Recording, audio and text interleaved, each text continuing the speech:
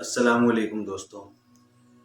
سب سے پہلے میں آپ سے اور اللہ سے معافی مانگنا چاہوں گا اس غلطی کے لیے جو غلطی میں نے کی ہے یا جو غلطی مجھ سے ہوئی ہے.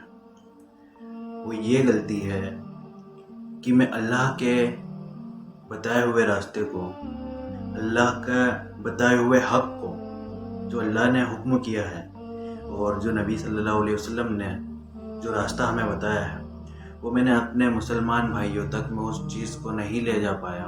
میں اس بات کو نہیں سمجھا پایا اپنے مسلمان بھائیوں کو جو اللہ نے اور اس کے نبی نے ہم کو حکم کیا ہے.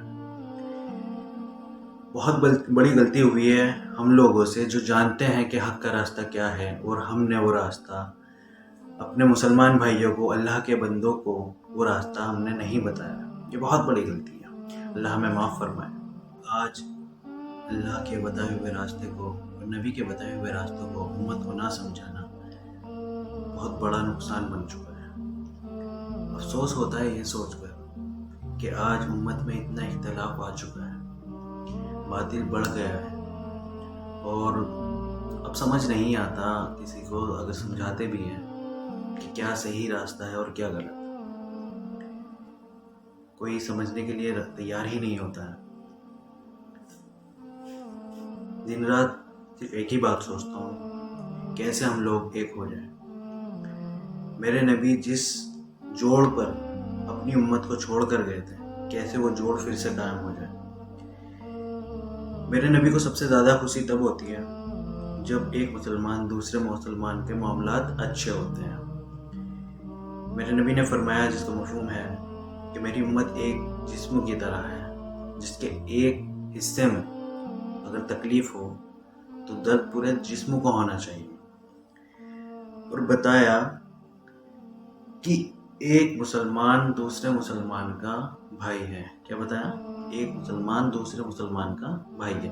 اور 3 چیزیں بتائی کہ ایک مسلمان دوسرے مسلمان پر نہ تو ظلم کرے، نہ اس کو بے یار و مددگار چھوڑے، اور نہ ہی اس کو حقیر سمجھے. کیا سمجھے؟ کیا فرمایا ہے کہ جو مسلمان ہے وہ کسی پر ظلم نہ کرے. ظلم کس شکل میں کیا جا سکتا ہے؟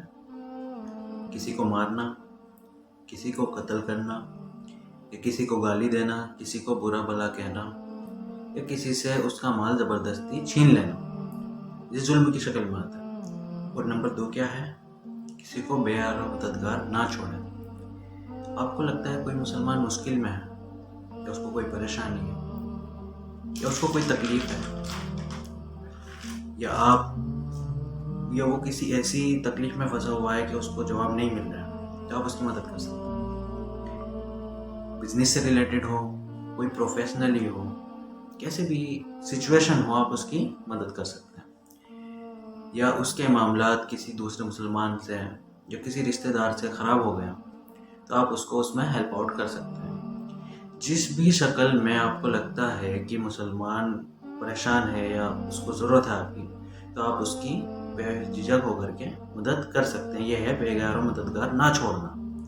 اللہ کے نبی نے فرمایا کہ کسی بھی مسلمان کو بے یار و مددگار نہ چھوڑے. اور تیسری چیز کیا بتائیے؟ کہ کسی مسلمان کو حقیر سمجھنا. اور یہ وہ بات ہے جو ہمارے معاشرے میں سب سے کم بتائی جاتی ہے. ہوتا کیا ہے کہ عبادات کا تذکرہ ہو جاتا ہے اور اس پر فوکس ہو جاتا ہے اور وہ کام بن جاتا ہے اس کا، لیکن معاملات کا تذکرہ رہ جاتا ہے، اس کا ذکر نہیں ہو پاتا ہے. اور جب معاملات کا تذکرہ نہیں ہو پاتا ہے تو ہمارے معاملات کیا ہوتے ہیں؟ خراب ہو جاتے ہیں. اور دوسرے مسلمان کو حقیر سمجھنا، یہ کیا ہے؟ یہ بھی ایک گناہ ہے. اور آپ صلی اللہ علیہ وسلم نے فرمایا کہ کسی شخص کا برا ہونے کے لیے صرف اتنا ہی کافی ہے کہ وہ دوسرے مسلمان کو حقیر سمجھیں. اب غور فرمائیے گا، یہاں پر تھپڑ مارنے کی یا کوئی ذلیل کرنے کی یا کس کو گالی دینے کی یا برا کہنے کی بات نہیں آئی ہے. یہاں پر صرف یہ بتایا گیا ہے کہ کسی مسلمان کو حقیر سمجھ لینا ہی ایک گناہ ہے. حضور صلی اللہ علیہ وسلم کو جو چیز بری لگی اور وہ چیز کسی کے اندر ہو تو وہ انسان کیسا ہوگا؟ آپ خود ہی سوچیے. تو اس لیے کسی بھی انسان کو حقیر نہیں سمجھنا چاہیے, کسی کو بھی ہم کو اپنے سے نیچا نہیں سمجھنا چاہیے, کیونکہ یہ فیصلہ ہم نہیں کر سکتے ہیں, کیونکہ اللہ جانتا ہے دل کے حال کہ کس کے کیا ہے. دل کنیکٹ ہے اللہ سے, تو اللہ ہی بہتر جانتا ہے کہ کون کیسا ہے, کون صحیح ہے اور کون غلط. تو یہ فیصلہ ہم نہیں کر سکتے کہ کون نیچا ہے, یا ہم اس کو سمجھے کہ بھئی یہ ہم سے حقیر ہے, ہم سے چھوٹا ہے. اس طرح کی باتیں ہمارے مائنڈ میں نہیں آنی چاہیے. یہ بے وجہ بے فالتو کی باتیں ہیں, ان سے کیا ہوتا ہے, صرف توڑ پیدا ہوتا ہے. ہم نے کسی کو حقیر سمجھ لیا, ہمارے اندر تکبر آ گیا, تو وہ شیطان آ جاتا ہے. اور ایک اہم بات, اللہ سبحانہ و تعالیٰ نے فرمایا کہ دنیا اور آخرت کی کامیابی صرف دین میں ہے. کیا فرمایا؟ دنیا اور آخرت کی کامیابی صرف دین میں ہے. اور دین کیا ہے؟ وہ قرآن شریف میں موجود ہے. اب مجھے یہ بتائیے کہ اگر کوئی انسان کامیاب ہونا چاہے اور اس کے ساتھ اللہ ہے, اور پوری دنیا اس کو ناکام کرنے میں لگ جائے, تو کیا وہ انسان ناکام ہوگا؟ آپ مجھے بتائیے, ہاں یا نا؟ نہیں ہوگا, کیونکہ اس کے ساتھ اللہ ہے. کیونکہ کامیابی کی ذمہ داری کس نے لی ہے؟ اللہ نے. اور وہ کس میں ہے؟ دین میں. کیا بتایا گیا؟ کہ دنیا اور آخرت کی کامیابی دین میں ہے. اسی طرح سے سارے جو فیصلے ہیں وہ سارے قرآن اور مجید سے ہی سولو ہوتے ہیں.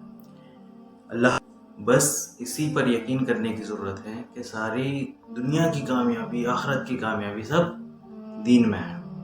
آپ ذرا سوچئے کہ ہم لوگ اپنے فیصلے خود نہیں کر پاتے. کبھی کبھی ایسے فیصلے ہوتے ہیں جو خود نہیں کر پاتے, ہمیں دوسروں کی صلاحیت لینی پڑتی ہے. ہم اتنے صلاحیت نہیں ہے, ہم میں اتنی صلاحیت نہیں ہے کہ ہم اپنے فیصلے کر سکیں. تو خود ذرا سوچئے کہ کیا ہم اللہ کے گھر کا فیصلہ کر سکتے ہیں؟ اللہ کے گھر کا فیصلہ تو اللہ کر سکتا ہے, یا اس کے بتائے ہوئے جو راستے ہیں ان سے اس کا فیصلہ نکل سکتا ہے, جو کہ قرآن مجید. اور کوئی بھی فیصلہ اگر ہمارا پرسنل بھی ہے تو ہم کہاں جاتے ہیں؟ قرآن مجید سے نکلوانے جاتے ہیں. اگر کوئی کام ہمارا الجھ گیا ہے تو اس کا سولوشن ہم کہاں ڈھونڈتے ہیں؟ قرآن مجید میں. اللہ بھی فرماتا ہے کہ تمہاری زندگی کے سارے جو سچویشن کے سولوشن ہے وہ کہاں پر ہے؟ قرآن شریف میں, وہاں سے لے لو. تو جب ہم اپنے گھر کے فیصلے قرآن مجید سے سولو کرتے ہیں تو ظاہر سی بات ہے اللہ کے گھر کے فیصلے ہم کہاں سے سولو کریں گے؟ قرآن مجید سے. اللہ نے فرمایا کہ سارے کے سارے حل قرآن شریف میں آپ کو مل جائیں گے. اب ایک بات ہو, معافی مانگنے سے کوئی چھوٹا بڑا نہیں ہوتا. جو معاف کر دیتا ہے اس کا دل بھی بڑا ہوتا ہے, اور اللہ اس سے خوش بھی ہوتا ہے, اور اللہ معافی کو پسند بھی فرماتا ہے.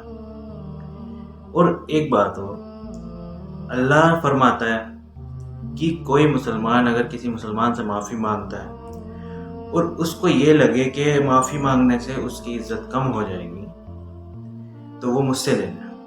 قیامت کے دن وہ مجھ سے اپنی عزت واپس لے لے, میں اس کی عزت واپس کر دوں گا اگر اس کو لگتا ہے.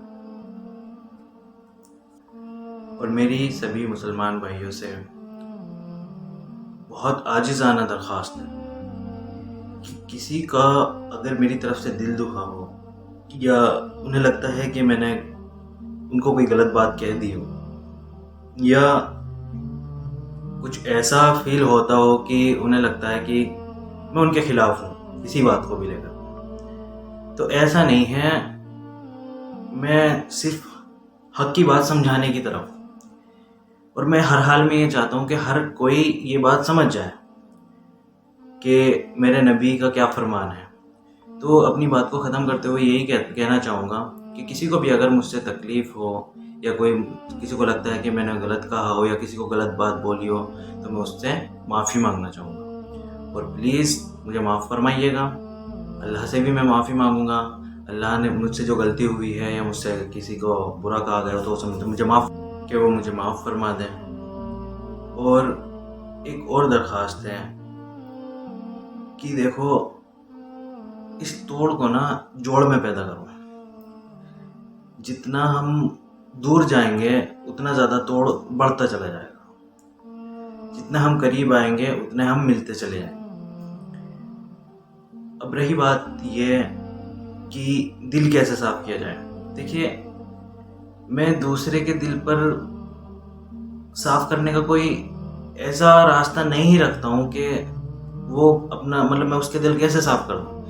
اس کا صرف ایک ہی راستہ ہے کہ ہم اپنا دل صرف اپنے آپ ہی صاف کر سکتے ہیں۔ اپنا دل ہم خود ہی صاف کر سکتے ہیں۔ اگر ہمارا دل صاف ہو جاتا ہے تو اللہ کو پتہ چل جاتا ہے کہ اس کا دل صاف ہو گیا، اور اللہ ہی جانتا ہے کہ کس کا دل صاف ہے، نہ کہ ہم، نہ کہ کوئی اور انسان۔ اللہ ہم سب کو عمل کرنے کی توفیق عطا فرمائے، ہم میں جوڑ، اتفاق، اتحاد عطا فرمائے، آمین۔ سبحان اللہ العظیم۔